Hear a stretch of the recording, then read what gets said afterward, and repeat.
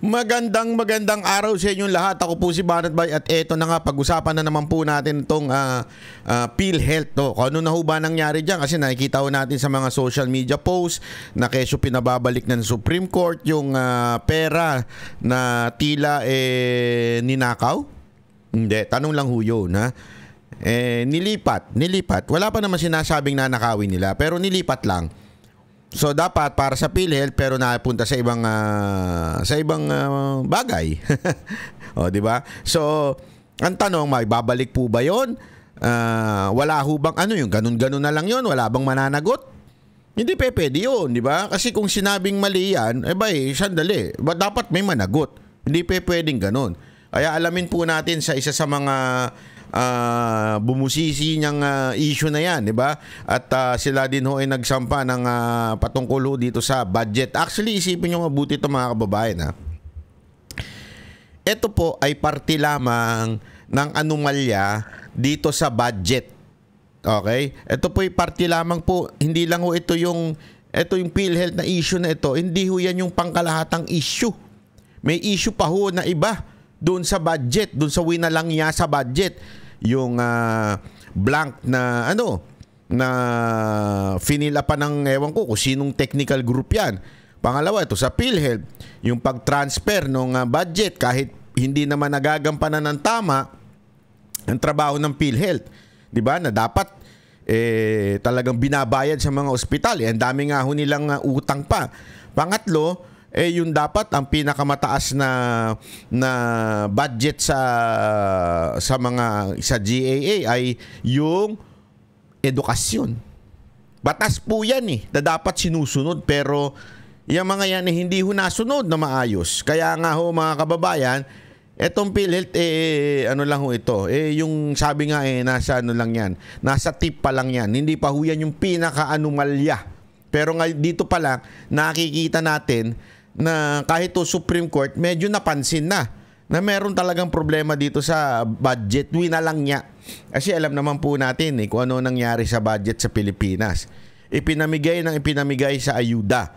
At yung ayuda na yan, inalat doon sa mga congressman na kaanib nila, di ba? So, yung mga congressman na pumirma ng impeachment, ang balita natin dyan, meron daw talagang inalat na ayuda sa kanila. O ikaw, ano ka? Dito ka, meron ka. O ikaw, meron ka ayuda. O ayan, bibigyan ka namin para sa distrito mo, para manalo ka. O di ba? Ganun daw nangyari. Pakinggan natin ng paliwanag ni Attorney Vic dito.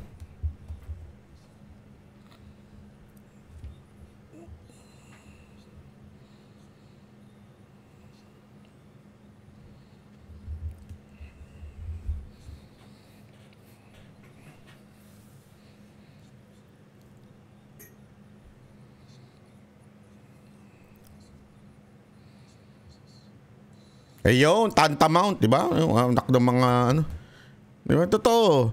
So yan yung pinaka-summary nung pero mahaba pa ho itong paliwanag at meron pa pong anomalya na ibinulgar si Attorney Vic. Ay, naku po.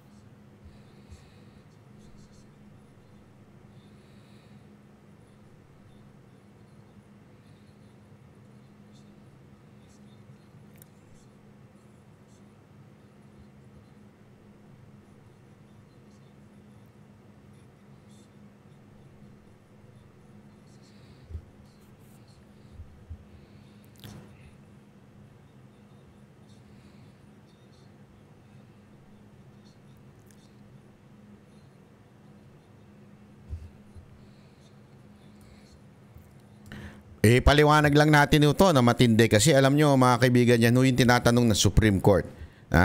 Bakit hindi automatic na ginagawa yan? Kasi nagpapalusot po yung PhilHealth, nagpapalusot sila na kahit meron na daw batas, hindi daw na nagturo pa nga ho sila Hindi lang naman po sa administrasyon daw ni Marcos ito nangyari na hindi nagiging automatic yung pagkaltas doon sa sin tax. Ano po ba yung sin tax? Yan po yung ano na ho yan nagsimula yan RA 10351. Tapos nung 2012, ngayon naging RA 11467 2020, in-expand ho yan kasama e-cigarettes at saka sugary drinks. Yan po yung tatlong pinagkukuhanan, alcohol, tobacco, products, kasama yung sigarilyo, lahat-lahat, vaping products, sweetened beverages. So merong porsyento doon sa tax na binabayaran ng mga kumpanya na yon. Yung sabi nga ni Attorney B, 80% ay dapat matik na. Hindi pwedeng galawin ng Kamara, hindi pwedeng galawin ng Senado dahil ito'y Republic Act. Ibig sabihin, batas ho ito. Hindi ho ito pwedeng baguhin ng GAA yung sa budget. Hindi ho nila pwedeng kalikutin yan kasi matik ho yan. Hindi pwedeng sabihin ng Department of Budget Management at sasabihin ng Presidente, hindi, ganito lang ialat ninyo. Hindi pwede. Bakit kanyo? Kasi nga ho, batas po yan. So matik yan. Matik, pag merong sin tax, yung kinuha sin tax na yon 80% yon according to Attorney Vic, at yan po ay diretsong mapupunta na sa PhilHealth at gagamitin ng PhilHealth yan para sa mamamayang Pilipino. Saan po ba? Sa mga benefits ng PhilHealth, like sa ospital, lahat po dapat diretso ng punta dyan. Yan ngayon nagtataka sila, bakit bakit pinakialaman? Hindi po pwede yun. Kaya nga sabi nga 'di ba ng Supreme Court Justice na si Ko ay ibalik. Dapat hindi ganyan. Ang dahilan pa nung pasensya na do sa ASIC ng PhilHealth, hindi kasi hindi naman nangyayari yan kahit sa ibang mga administrasyon. Sabi pa nga nung judge, sandali, hindi na yun na pinag-uusapan natin. Ito na. Dapat kayo, kung may problema pala at hindi nagagawa yan, dapat ayusin yung board. Diba? Ibig sabihin yung mga board member ng PhilHealth. Kaya importanteng maunawaan natin to kasi batas po ito.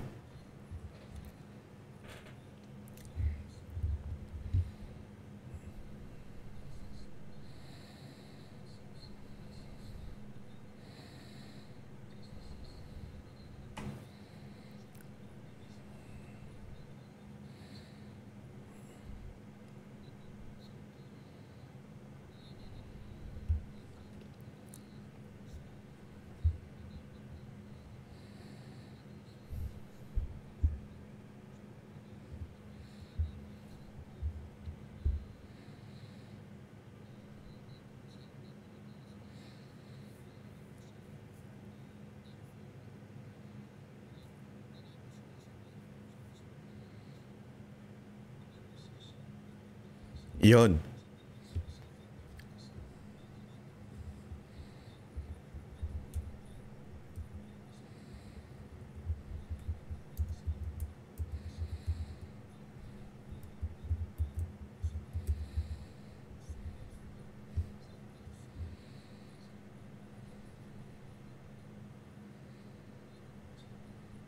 So, itong tinatawag sinasabi nga ni Attorney Vic yung malversation ng funds. Ibig sabihin, ito po'y isang krimen na kung saan ginagamit ang publikong pondo sa ibang bagay. Maling paggamit, maling paggamit po ng pondo. Tulad nito. Kasi ito, may batas. Dito mo lang gagamitin yan sa health. Okay? Yung sin tax. Hindi mo sinunod yun. Bilang pinuno ng PhilHealth, pwede kang kasuhan ng malversation. Diba? Bakit? Hindi mo tamang ginamit yung budget. Kaya nga, hindi ho magtapos dito. Sana, hindi lang magtapos sa ipababalik. Kasi when you say pinabalik ng Supreme Court, ibig sabihin, there is a problem. Ibig sabihin, talagang merong anomalyang nangyari. Di ba? So yun ang sinasabi ni Atty. Vic dito, dapat makasuhan po yan.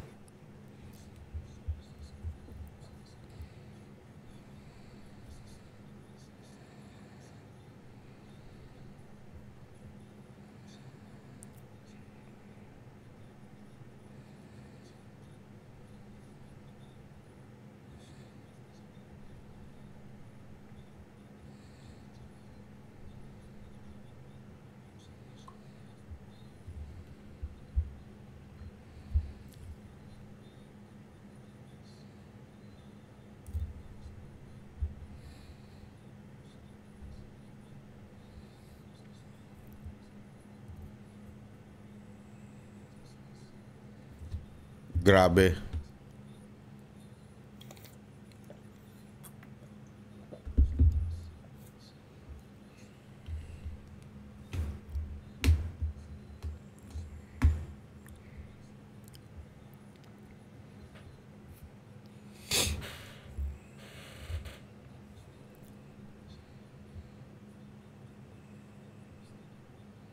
Yan pa, isang nabuking ang tindi niyan, mga kababayan. Kasi ang dinadahilan, nililipat daw sa funding dito sa isang proyekto na ito. Tapos, nireveal ng judge na sandali. Meron ng ano dyan eh. Meron ng inutang ng Pilipinas mula sa Korean Bank. Naku, ito na naman yung mga Korean. Magkano Korean? Di ba? Ito na naman. Meron na tayo inutang dun sa Korean Bank na yon. Tapos, inalat na doon sa proyekto na yun. Bakit pa kinuha dito sa PhilHealth, pinalipat pa doon? Naku po, patay tayo dyan. Talagang sobra na ho ang ganid. Alam mo, meron ako nakausap na official kaganina. Kapon pala. Ang description nila, ganid na talaga sa sa pera itong mga nasa gobyerno. Ganid na eh. Yung bagang nakakuha ka na ng parang ganito ibig sabihin ng ganid para maintindihan ninyo. Kunwari, nagnakaw ka sa bangko. Nagnakaw ka sa bangko. Magkano yung ninakaw mo sa bangko? 100 million. Ninakaw mo. Paglabas mo, paglabas mo doon, nandun ka na, sasakay ka na sa kotse. Yung runaway vehicle. Yung tatakbo na yung sasakyan mo. Bigla mo naalala, ay sandali, doon sa counter 3, kabisado mo pa. Doon sa counter 3, may naiwan na 100,000. Pero may hawak ka ng 100 million, May hawak ka ng 100 million. Papasok ka na sa sasakyan para tatakbo na kayo. Sa sobrang ganid mo, binalikan mo pa yung 100,000. Yun, dumating na yung pulis, huli ka. So ibig ko lang sabihin, mga kababayan, ganun po ang description ng ganid. Sagad sa buto. Marami ka nang nanakaw, gusto mo pang dagdagan. Di ba? Kahit hindi mo na nga alam kung saan mo na ilalagay yung pera mo eh. Dahil sa sobrang laki mo na eh. Sino kaya yun? Yung malaki na yun, laki-laki mo na sa sobrang pagnanakaw mo, tapos gusto mo pang madagdagan. Baka bangungutin ka niyan, sana.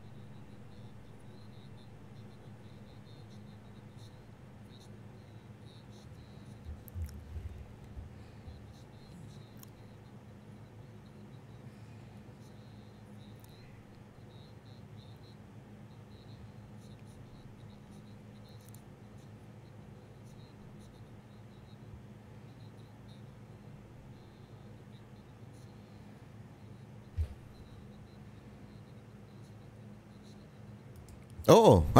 Hindi naman negosyator. Make sure masagot ka. Hayop ka, banat ba? Hindi kasi alam mo, eto maano yung ano ko dito eh. Naalala ko kasi po nung nagkasakit po ang aking ina. ah, sa ibang bansa po kasi, mga kababayan, hindi porket kumukuha ka sa insurance o sa kanilang mga alam mo yon, sa kanilang government, ibig sabihin mahirap ka, di ba? Hindi ganoon. Matik na po yun sa ibang bansa. Talagang ang kakargo sa'yo, pag nagkasakit ka, insurance mo. Kasi nga, binabawasan ka sa sahod mo, sa gobyerno, o sa pribado, at the same time, may mga batas na doon mapupunta yung para ho sa may mga sakit. Alam mo, nung pandemya, diyan yung na-realize na pagsak talaga ang ating health system. Di ba ho? At nagkautang-utang nga po. Naintindihan natin kasi pandemya, walang trabaho. Pero yun nga yung nakakapagtaka. May mga problema na nga tayo noong time na yon. May mga kailangan na tayong bayaran noon.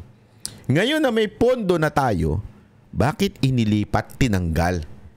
Ang daming sakit na, alam mo yon, sa Pilipinas, hindi porket siguro kung meron mang kayang magpagamot lang dyan, mga milyonaryo siguro yun. Yung talagang bilyonaryo, milyonaryo.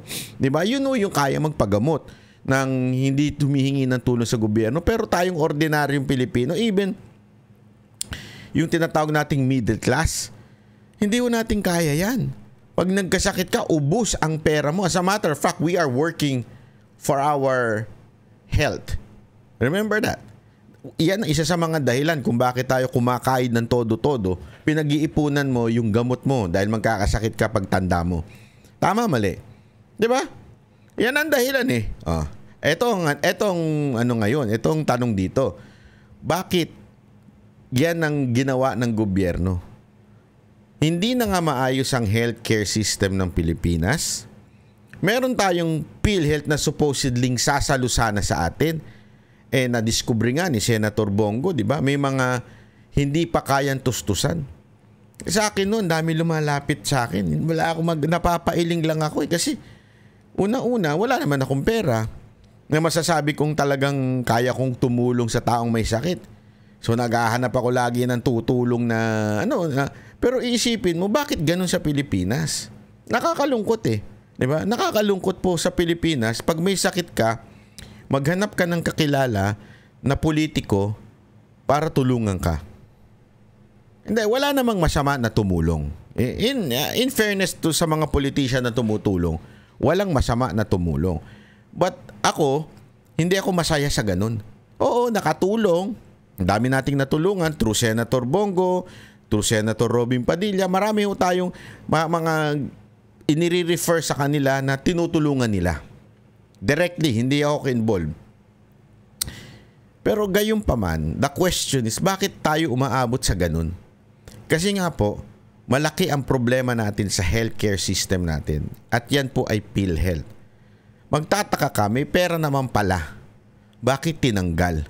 Ba't hindi na lang gamitin yun pang MRI, pang CT scan, pang opera, di ba? Yung ano ba yun, yung sakit sa yung matinding kailangan laging binobomba. Kalimutan ko na kung sakit yun. Hindi, di ba ho? I mean, kulang-kulang tayo sa ganyan eh. Bakit hindi na lang doon gamitin yun? O kaya kahit nga sana bumili ng mga instrument, ibig sabihin yung ginagamit sa, alam mo yun, sa pag may mga sakit, bakit hindi ganun? Di ba ho? Yun na nga. Eto,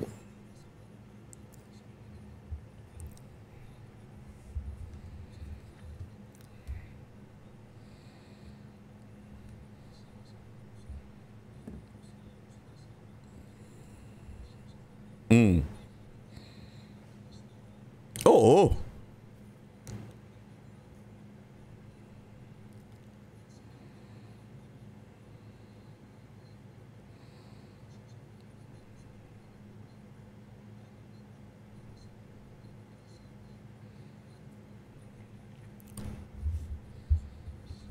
Grabe, no?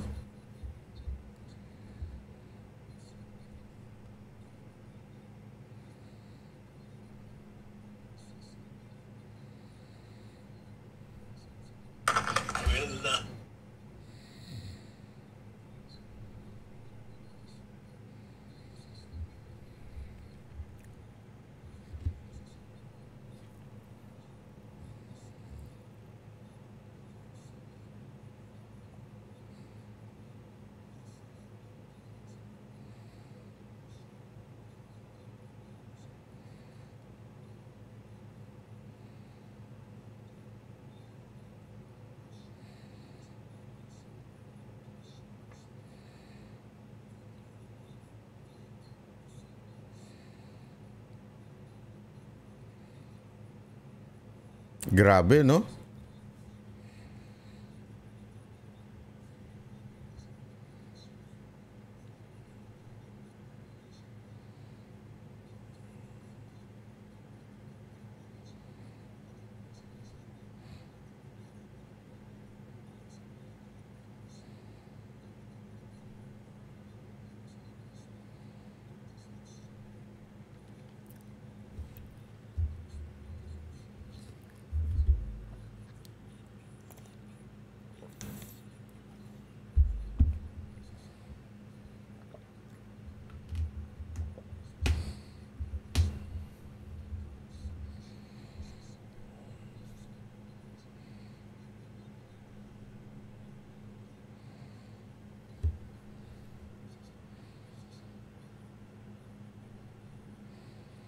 Ako sasagot.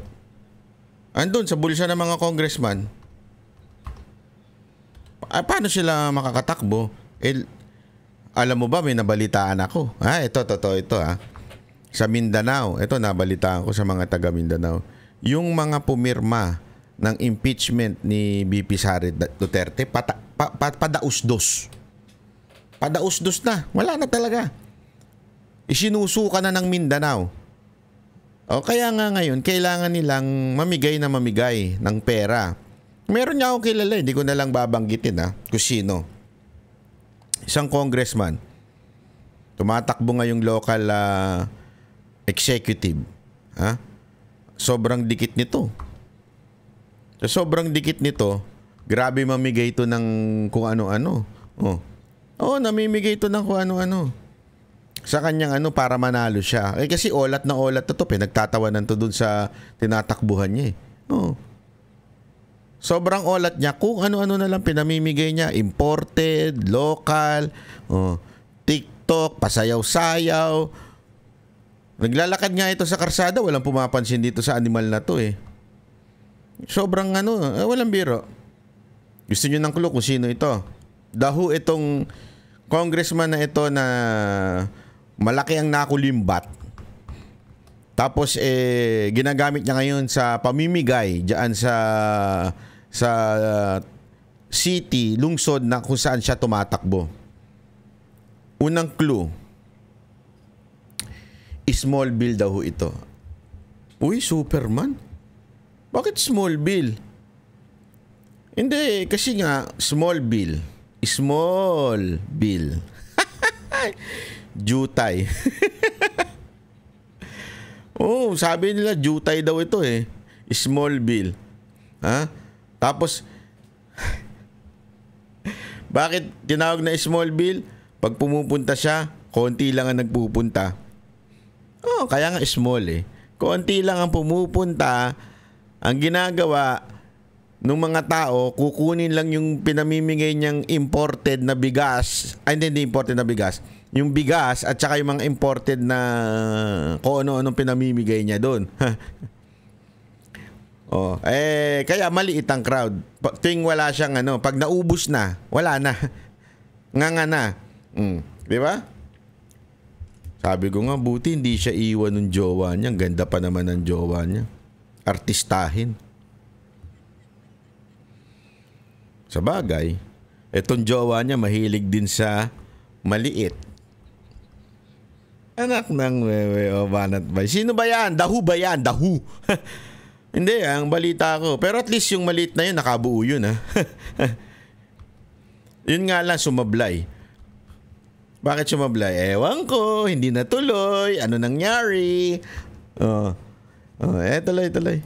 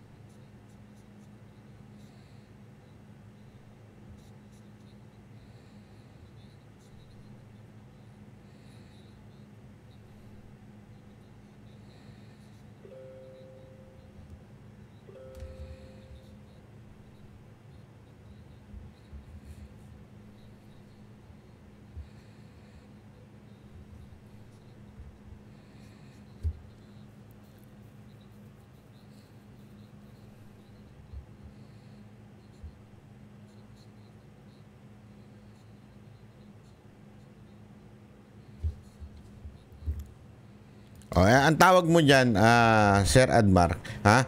Hypocrisy. Di ba?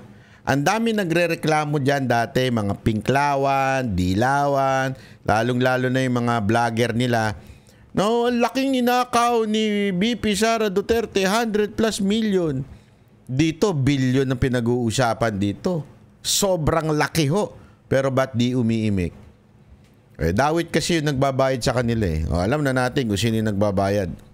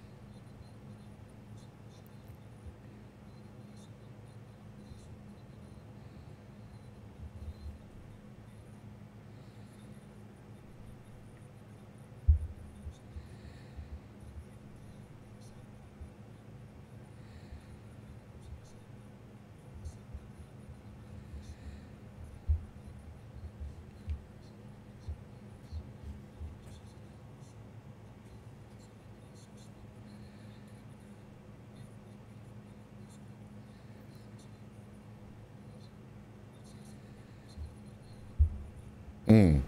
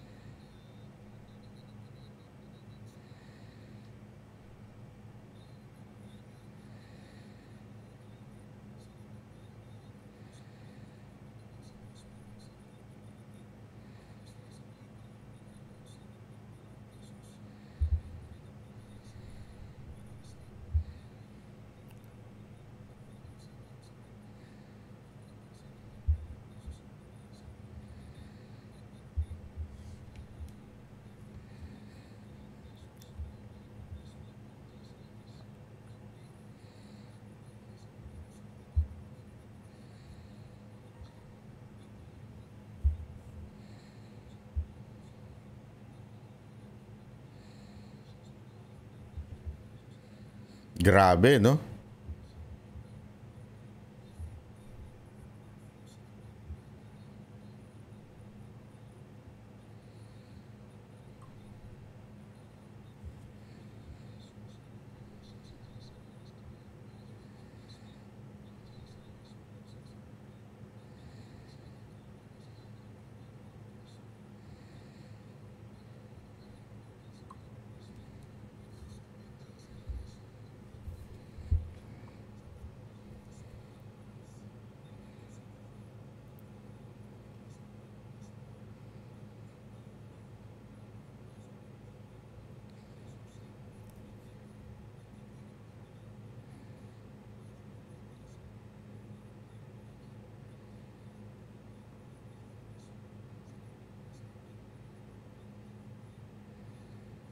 Grabe.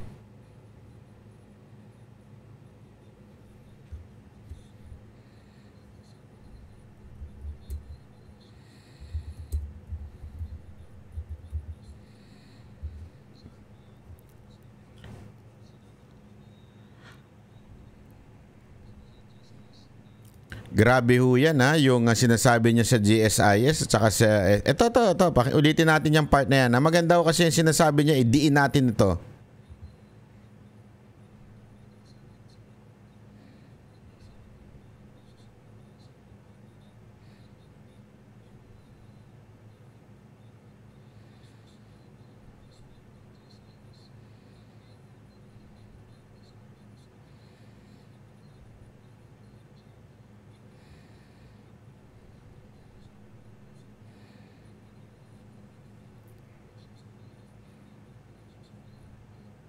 Nagigets nyo, yung sa PhilHealth, yung mga nagko-contribute, hindi din ipinasok. Sa GSIS, yung mga nagko-contribute, yung, kasi matik yan eh. Pagka ikaw ay government employee, kumukuha sa inyo ng tax, di ba? Tapos kinukuha sa inyo yung para sa GSIS. Yung dapat ibibigay doon, hindi rin bumabalik sa inyo. Ibig sabihin, hindi rin nagkakaroon. Kaya nga sinasabi dito yung dividendo. Ano ba ibig sabihin ng dividendo? Bahagi ng kita sa isang kumpanya na ipinamamahagi sa mga shareholder o stockholder o kayo yun. Dapat yung bahagi noon napupunta sa inyo. Ang problema dito, hindi rin natin alam kung saan napunta.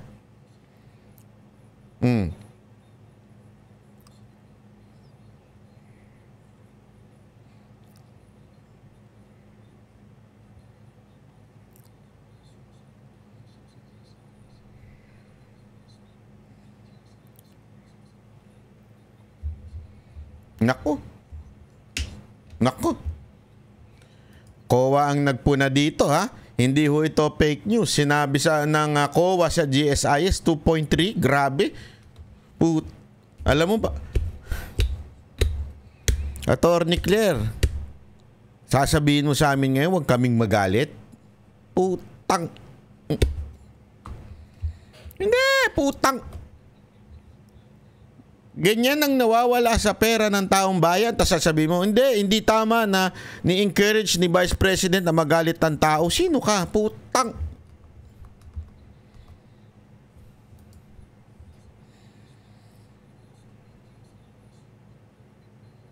$2.3 billion?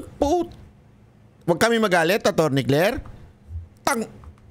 Wala kang karapatan. Wala kang karapatan na sabihin sa amin huwag kami magalit. Shit.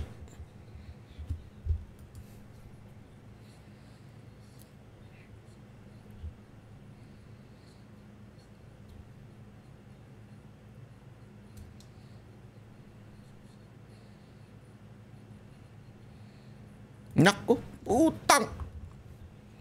Kasi siyempre yung kinikita inilagay sa sa tatlong kumpanya. Hindi daw kumikita, hindi nagbigay ng dividendo o parang kita doon sa naku naman. At pinuna yan ng COA. COA ho nagpuna niyan, ha. Ito hina-highlight lang natin na sinasabi ni Attorney Vic.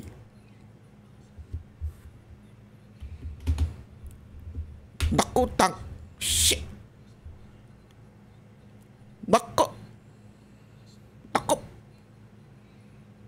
Nako. Hayop talaga.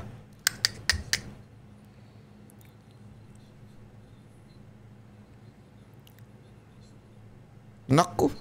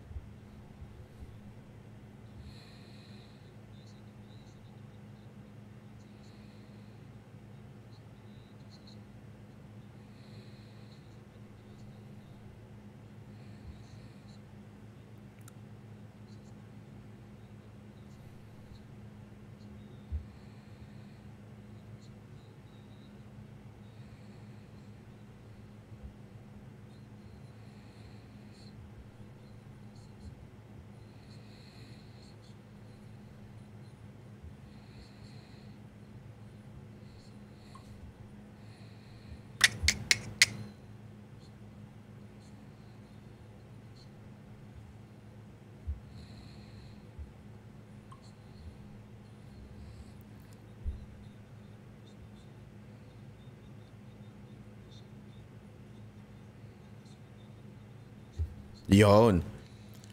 Ayan po mga kababayan ang sinabi ni Attorney Vic. At sana nga, sana talaga, hindi lamang po ito mauwi sa sulian.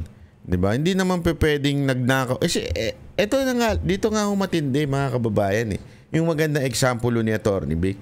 Pag ang isang simpleng mamamayan nagnakaw ng delata, diba? Ikaw ay ikukulong. Hindi pwedeng sabihin, isoli mo yan. Hindi. Isoli mo yan, tapos ikukulong ka. Dito, bilyon ang nawala. Inilipat mo sa maling, hindi ho ito laro, ha? Hindi, gusto ko lilipat. Monopoly, hindi ganun yun. So, inilipat mo yung ganung kalaking pondo nasabi ng batas ay para dyan yan, tapos ililipat mo lang sa iba, tapos walang mananagot, hindi pwede yun. Kaya nga sabi, dapat ito'y makasuhan ng malversation. Ito'y malaking iskandalo sa gobyernong ito. Bakit to? Sino nagdesisyon yan? Board. Sino ho ba ang board? Sila po ang mga sekretary ng Finance, Department of Finance. Sila po yung economic manager ng presidente. Di nga natin alam kung abot pa to hanggang presidente. Diba? Meron niya sinasabi, nung panahon daw ni Marcos Sr., may Coco Levy funds. Basta mahaba yun, hindi ko na ikikwento sa inyo yun. Yun yung issue nun, yung skandalo, Coco Levy funds, ganyan. Ngayon daw, PhilHealth funds. Nag-disappear na parang bula. Inilipat ng parang bula. Diba? Walang, alam mo yun, may batas na malinaw, hindi sinunod. Sana ho may managot dito. Kaya nga, alam nyo, sana talaga yung mga katulad ni Atty. Vic, maano natin sa Senado para talagang maitulak ho ito. Tapos singilin ho natin si Atty. Vic pag nasa Senado na po siya, na dapat talagang puspusan niyan, trabahuhin ho ito at talagang sabihin niya na kung ano yung dapat, di ba? Hindi pwedeng ganun lang yun. Dapat talaga makulong ho yung kumulimbat o maling paglipat ng pera na to. Isa pa lang po yan, mga kababayan.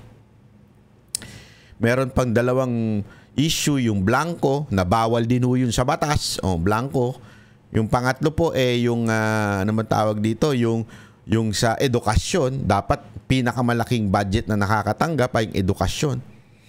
Ang dami hong nang walang yan ng budget na ito.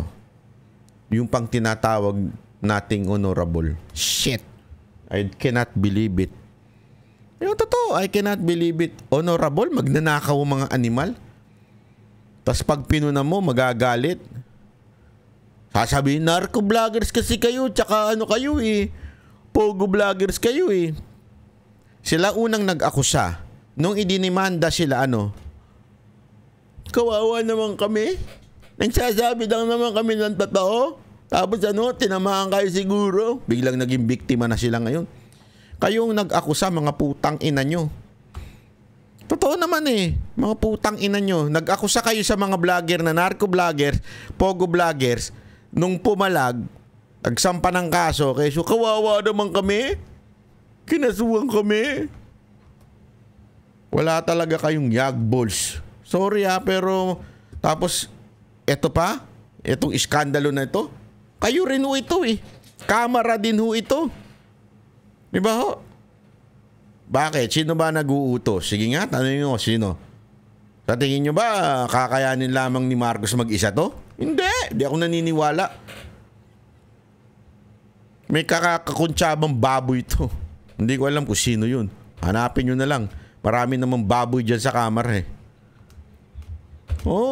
karamihan dyan, mga matatakaw, kaya ganyan na kalalaki mga tiyan When I say baboy, this is not this is not a physical appearance yan. Hindi na sinasabi ko baboy in a way, dahil kumukulimbat ng pera, kaya lumalaki na mga tiyan. Figuratively, sabi nga figuratively. Totoo yun, mga kababayan. Kaya bantay-bantay tayo dahil sabi ko sa inyo, lahat ng kasalanan hindi maaring mabubulgar yan. Kaya mabubulgar yan. Dahil marami ho tayong mga matitikas na mga abogado, mga vlogger na siyang magre-reveal ng kawalangyaan ng gobyerno to. Dahil tandaan ninyo, hindi ho ito biro-biro. Ang apektado ho ang bawat mamamayan. Mantakid mo. Dapat ang gobyerno ang magbabayad at sasagot pag nagkasakit tayo. Bakit? Kasi nagko-contribute tayo dun bakit biglang tayo nang kakargo nun? Kasi hindi, ginawang zero budget. Anong ginawang zero budget? Pera namin yan Paano naging zero budget yan? Abay, gago pala kayo.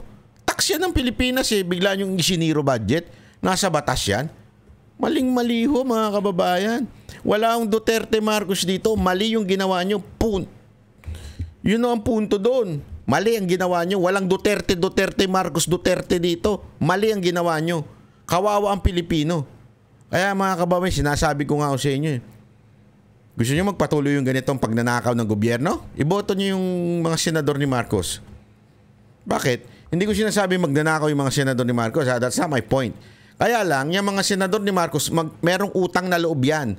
Pag sila naupo, may utang na loob yan kay Marcos. Kahit anong pang i-deny nyo, magkakaroon sila ng utang na loob. Dahil naging senador sila sa pamamagitan ni Marcos. Todo-todo si Marcos sa suporte. So pagdating ng panahon, magbabayad yan ng utang. Tayong mga Pilipinong kawawa, pag nagbayad sila ng utang, magpipikit na yan para mga bulag yung mga yan. Diba?